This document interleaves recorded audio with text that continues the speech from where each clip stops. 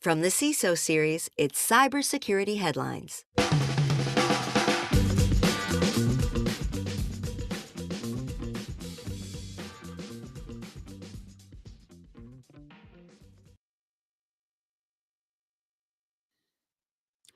Google says APTs using Gemini AI exploited vulnerabilities up, ransomware payments down since last year. And abandoned AWS cloud storage is a major cyber risk. We've heard that one before.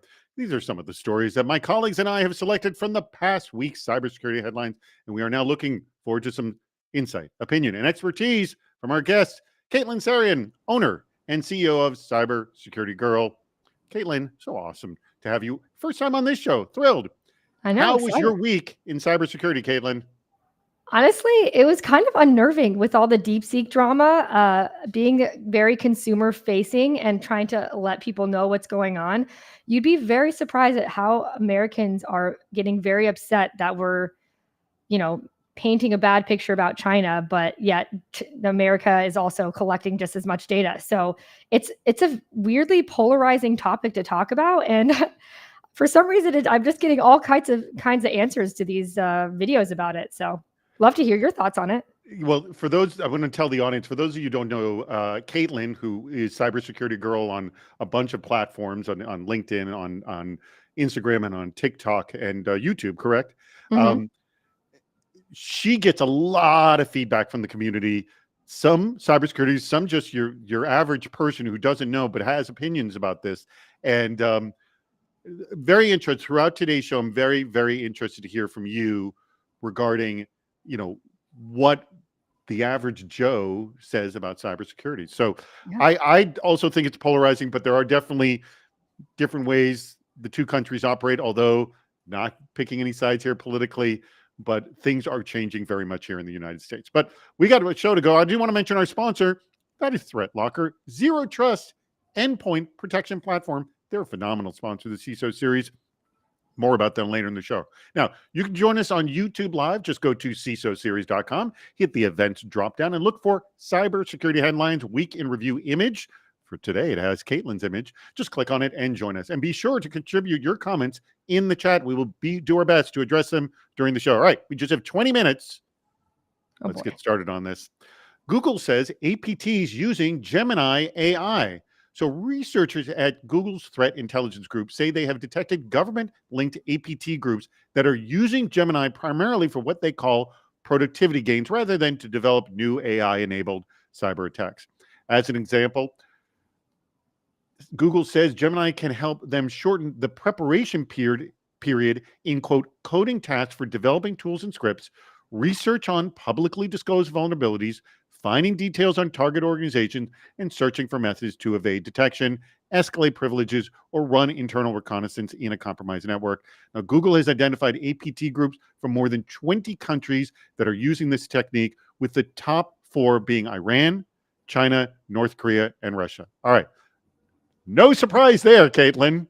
Nope. You've heard those 4. I don't think that comes as a surprise, but all of that stuff I just listed off takes time. AI tools were designed to make life easier, and cybersecurity gangs or cyber crime gangs, let me say that again, cyber crime gangs are always eager to leverage new technologies as cybersecurity professionals.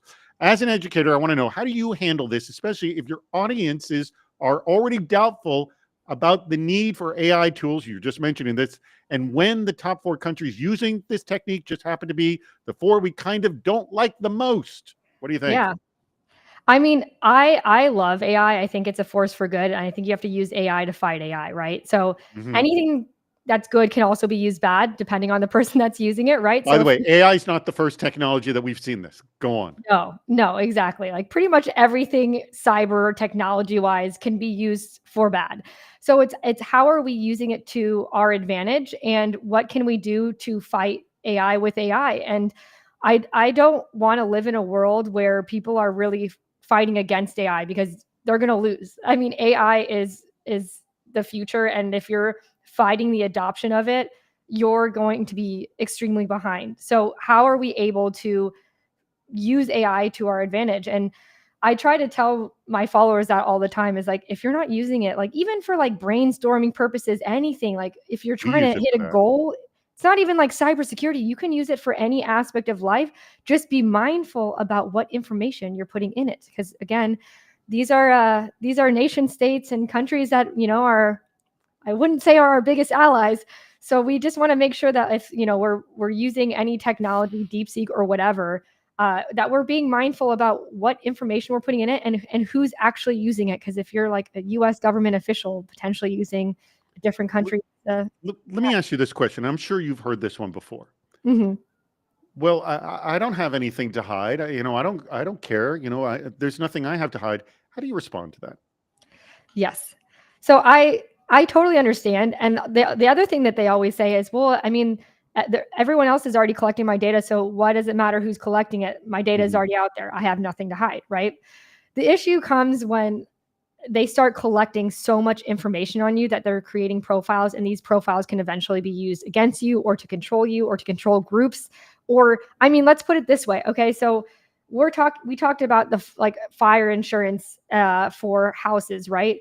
If they're starting to collect all this information on you, imagine like collecting information about you personally, and then they're going to stop insurance because they know X, Y, and Z about you because you shared so much and they already have this information. Yes. I mean, there's so much that they can do to be against you, even though we haven't seen it yet. It's coming. I mean, well, but the criminals and legit purposes can use it against you. Right. Very good point. All right. Right. Next story. Exploited vulnerabilities up. Ransomware payments decreased in the past year. All right. I'm combining two stories here. First, a report from VulnCheck that says the number of exploited vulnerabilities surged in 2024 with 768 CVEs actively targeted, a 20% increase from the year before. Now, nearly a quarter of these were weaponized on or before their public disclosure. Now, many of these security shortcomings are linked to the exploitation of Citrix, Cisco, Zoho, and Microsoft, to name a few. We have a second story. At the same time, a report from Chainalysis says in 2024, ransomware attackers racked up $813.55 million in victim payments. That is a 35% decrease from 2023's record-setting year of $1.25 billion. Now, the drop is attributed to increased law enforcement actions, improved internal collaboration, and a growing refusal by victims to pay. Yay! So these are two separate topics, of course, not directly connected, but it's interesting to hear about them side by side. So interesting to know, Caitlin, what are your thoughts about either or both of these stories? So I have two perspectives on this, on both stories at the same time. So the corporate perspective, which is, it's really interesting to see that obviously even though we've had more vulnerabilities go up, that there's like that push-pull in cyber, right, which is always there. We're also seeing that we're able to fight it a little bit better than we were last year with the ransomware kind of going down. But I like to see it from a consumer perspective, right? So what I'm seeing is, if there are that many more vulnerabilities, I see a lot of humans just becoming numb to technology and cybersecurity issues.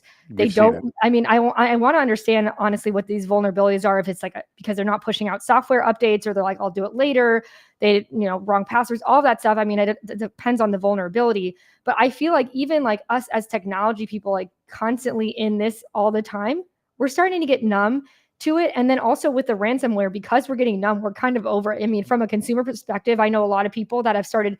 I mean, if you said 2 years ago, oh, I got a ransomware note and they're threatening me with $5,000, people would probably pay a lot more. Now you get it so often, it's like, yeah, that's probably a scam, so I think there's a lot of like numbness around cybersecurity as a whole. And we really need to like button up the way that we're communicating how to be safe and protect yourself from cybersecurity risks, and how to protect your company as well.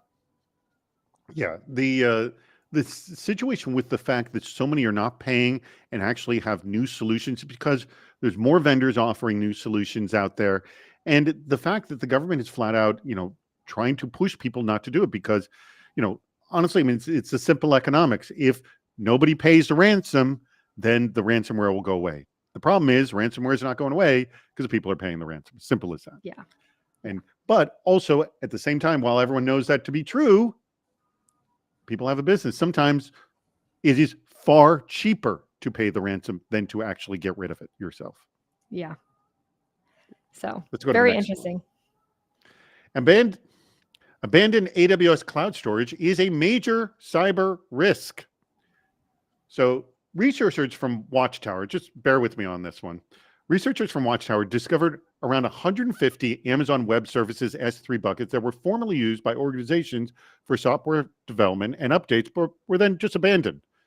This happens a lot. So the researchers registered the unused buckets using the original names for a total of around $400, enabled logging on them to see what requests might flow into them. In a 2-month period, the S3 buckets received a staggering 8 million file requests, including those from government agencies in the US, UK, Australia, Fortune 100 companies, banking institutions, and cybersecurity companies. Just turning them back on. So had the researchers been threat actors, they could have responded to any of these requests with malicious software updates, allowing them to access to the requested organization's AWS environment or virtual machine. So AOS quickly sinkholed the S3 buckets that Watchtower identified, but the broader risk posed by abandoned cloud services still persists. All right, this is a totally regular story, Caitlin, and a feature on the show. The problem of repositories and pieces of a company's internal IT infrastructure not being disabled after a person or the company disappears. It's a perfect in for cybercrime. So what say you? How can organizations do a better job at patching up these neglected vulnerabilities? It's just, things get spun up and just stay up. Yeah. I mean, as back in the day, I was a consultant for a very long time. So I saw this happen constantly. And then, technology turns to shelfware. They don't realize it's still connected, or they're not using it, or they're kind of using it.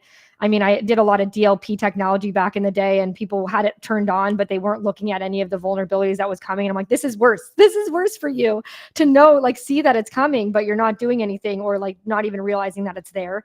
I think they need to treat this as similar to identity access management, right? Which is a super, super important thing. They need to start making sure, and this is not any crazy solution, but you need to start having an inventory of all your tech stack and understanding, where everything sits and what everything's going through. But it's the asset management. The asset management category just exploded. I would say it started maybe I'm going to say maybe 8 years ago. It's kind of a pipe dream, but I mean, that's goals, right? Well, there are some vendors that are doing extraordinarily well in this area, but you get the classic line of you can't protect what you don't know, and everyone knows this, and and said over and over, and nobody disagrees with it. We're guilty of this and need to start random suffixes to our buckets. Now, maybe that's, if you're going to make a bucket, label it a certain way so I know to go find it again. That's a good idea, CCL. Yeah. Much appreciated. But any other thoughts on this, Caitlin? No, I mean, again, I think it's similar to identity access management, right? A lot of times we spin up people have certain admin privileges, et cetera, and we need to start locking it down, or having some similar to CCL, having some way of identifying through naming convention or something where if someone leaves and they were in charge of those buckets, someone either can take over, or it's difficult. I mean, I would love to say it's an easy fix, but especially for large companies, it's not as easy as you think. No, it sounds easy, but it isn't. Sounds very easy. Now let's get a word from our sponsor. That's ThreatLocker. So ThreatLocker is a global leader in zero trust endpoint security, offering cybersecurity controls to protect businesses from zero-day attacks and ransomware. Now, ThreatLocker operates with a default deny approach. This is really key how they do this. Essentially, if you deny access, it really kind of limits what can be done. So they do this to reduce the attack surface and mitigate potential cyber vulnerabilities. You want to learn more? I know you do. Start your free trial. Go to their website. Visit threatlocker.com. It's spelled just the way it sounds. THREAT, Threat, Locker, LOCKER.com. Go check them out. Are you going to the ThreatLocker conference? I will be at the ThreatLocker conference. Glad you asked me that. Yes, that'll be the 18th through the 21st. Actually, if you go to our site, we do have a code. I don't know it off the top of my head, but it's for $200 off. Please check it. We're doing a live show of the CISO Series podcast at Zero Trust World. That's the name of their conference. Yep. And also, we'll be shooting some video there. So we're going to record the show on the 21st, but the whole event goes from the 18th to 21st. You're not. Are you going to be able to be there, or you got to No, conflict? I was invited too late. I'm out of town. I'm going to London for an AI situation, but I'm so sad to miss it because I heard nothing but amazing things about Zero Trust World. And I have a code, but they're very long codes to get $200 off. So no one needs to pay full price. Either use Yeah, David's just code go to or my code. Doesn't matter. CISOseries.com. We Yeah. have we have both a promotional video up, and we also have announcement. Also, if you go to we also on our events page, it's mentioned there, so you'll see the promotional code. All right, next story. Meta says it may stop development of AI systems it deems too risky. So Meta CEO Mark Zuckerberg has pledged to make artificial general intelligence, AGI, openly available. But Meta's new frontier AI framework outlines scenarios where it may withhold highly capable AI systems due to safety concerns. Meta classifies such systems as, quote, high risk or, quote, critical risk based on their potential to aid in cybersecurity breaches or biological attacks. Now, with critical risk systems posing catastrophic, unmitigable threats. The framework, guided by expert input rather than strictly empirical tests, reflects Meta's attempt to balance openness with security, especially amid criticism of its open AI strategy. All right. Caitlin, it's certainly hard to put the AI genie back in the bottle. In fact, it's never going to happen. I don't think anyone wants to. But I find it rather chilling that I said both words or both phrases, cybersecurity breaches and biological attacks, in the same sentence. Does it cause you concern when a person who essentially owns a big chunk of the modern internet world comes out with such a statement? A little scary, yes? To be fair, I think it's actually better that he came out with that statement rather than ignore the fact that it couldn't happen. So it makes me feel a little bit better. I think it makes sense. I mean, like you said, he owns so much, and they have the amount of data that Meta has is unreal. So if they're starting to build AI off of the data that they have, I would be scared too. And like you said, you can't put the genie back in the bottle or Pandora back in the box, right? If we start trying to put Pandora back in the box, we're not going to be as innovative as we need to with AI. Like, we have to figure out how to use AI to the best of our ability. We have to be innovative. And again, we can see how China did that with DeepSeek, and we can see other companies being innovative with AI. And I think for a while, the US was very scared to see what happens, what could happen with AI, that we didn't really innovate as much as we need to. I think it actually is a really good sign that he's saying, like, we can see all these threats potentially happening because they have that much data, which means that he's going to proceed with caution, hopefully. And that's, I mean, I took it as a positive. I think a lot of people, technically from a business perspective, if they were unethical, could have spun some crazy AI up with all the data that Meta has, and it could have been, again, bad cybersecurity threats, biohacking, everything like that. But I actually am very happy to hear that he's going to try to be more mindful, especially with the data that they hold. Does that make sense? No, no, you make a really good point. And I want to throw this out. There's a book out called Broken Code, which goes after not the most recent election, but the election before, about how Facebook knew of a lot of problems that were happening in terms of how their posts were causing negative responses. I'm painting an extremely broad brush here. You got to read the book. But essentially, what the book says is, when Facebook had the option of dialing down what you see that would be more negative, more bad for you to see in terms of, continued conspiracy theories or whatnot, they had choice to dial it down or dial it up or leave it the same. They always chose to just go with the they chose to go with dialing it up or keeping it down, purely because they're a public company, and more traffic means more eyeballs. Now, when that story came out, things have changed. If you talk to people over at Meta, they say, oh my God, it's a very, very different story right now. It is not like that at all. I don't know. Do you talk to employees over at Meta? Do they kind of echo the same thing? Like, we're very aware of this. We're being more cognizant of privacy. Yeah. I mean, I think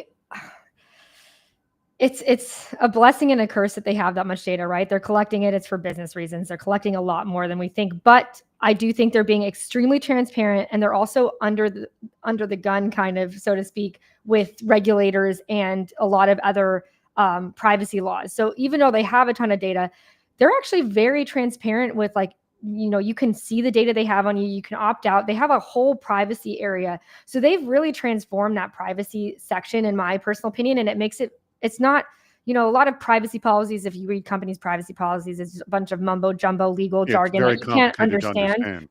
But Meta is actually, it's the opposite. It's like I always use their privacy policy as a good example of like what companies should be doing in terms of being transparent. So they've changed a lot. And I also think, when he was explaining how, certain presidents were forcing them to go certain ways, or, push out certain things, I think because of that happened, he's trying to be extra cautious and even more transparent than before. So I actually think this is a really good sign, personally. I mean, I agree. we I can't agree deny with that you there's too. going to be AI threats.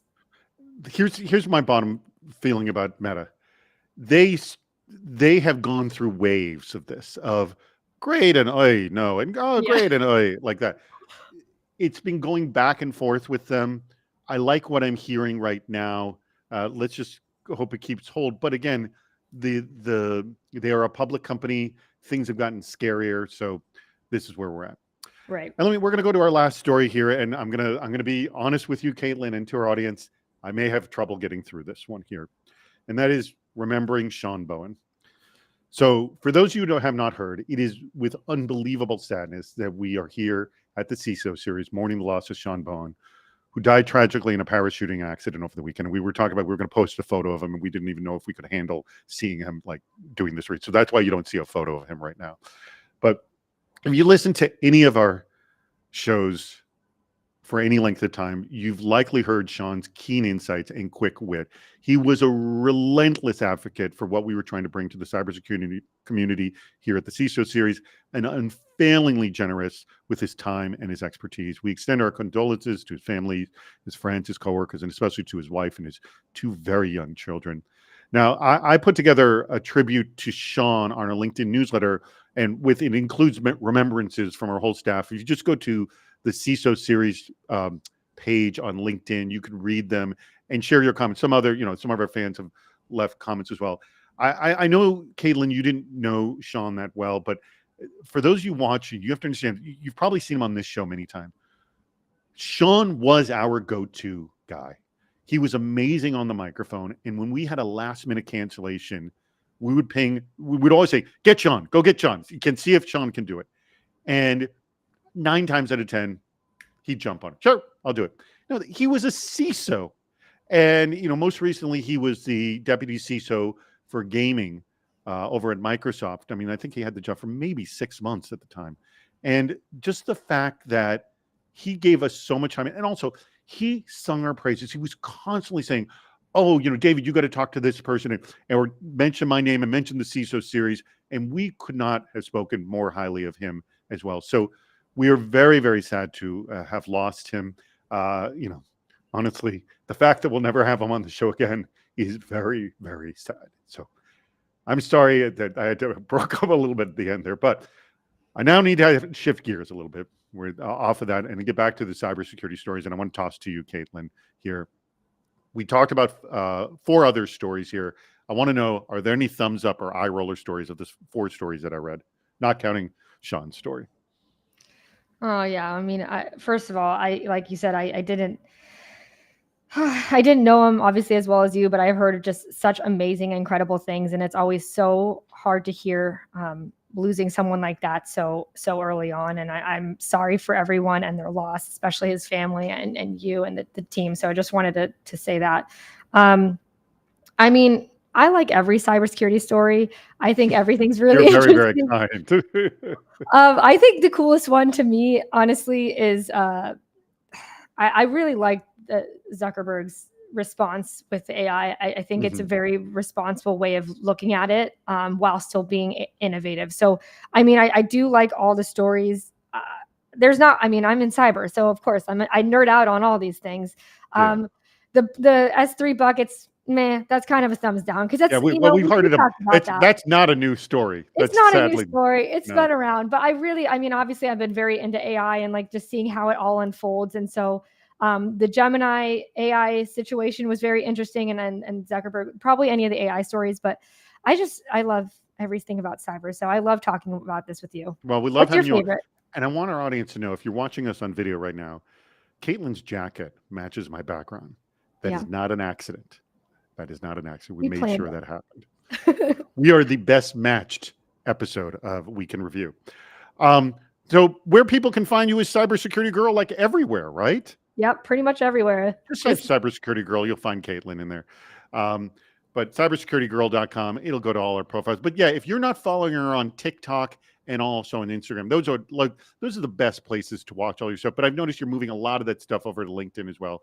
So Yeah. huge thanks to our guest, Caitlin Sarian, owner and CEO of Cybersecurity Girl LLC. And also a huge thanks to our sponsor, that'd be ThreatLocker, Zero Trust endpoint protection platform. Remember, go to the website, get a free trial. I don't know if it's a free trial. I don't want to say that. Get a trial. Threatlocker.com, ThreatLocker.com. And thank you to our audience today. I honestly, I don't know what comments came in or didn't come in, but if we didn't get your comment on the screen, my apologies. We deeply appreciate you being here and participating. And come back next week for another episode of Week in Review. It'll start at 3:30 p.m. Eastern. Just register and join us on YouTube to add your comments live, and just go to the events page at CISOseries.com. And in the meantime, you can still get your daily news fix every single day on cybersecurity headlines every day. Just subscribe to our podcast. It's that easy. Now, Rich, who normally does this, he says, have a super sparkly day. You can have that, but I'm okay if your day doesn't sparkle. It's cool with me. Bye, everyone. Cybersecurity headlines are available every weekday. Head to CISOSeries.com for the full stories behind the headlines.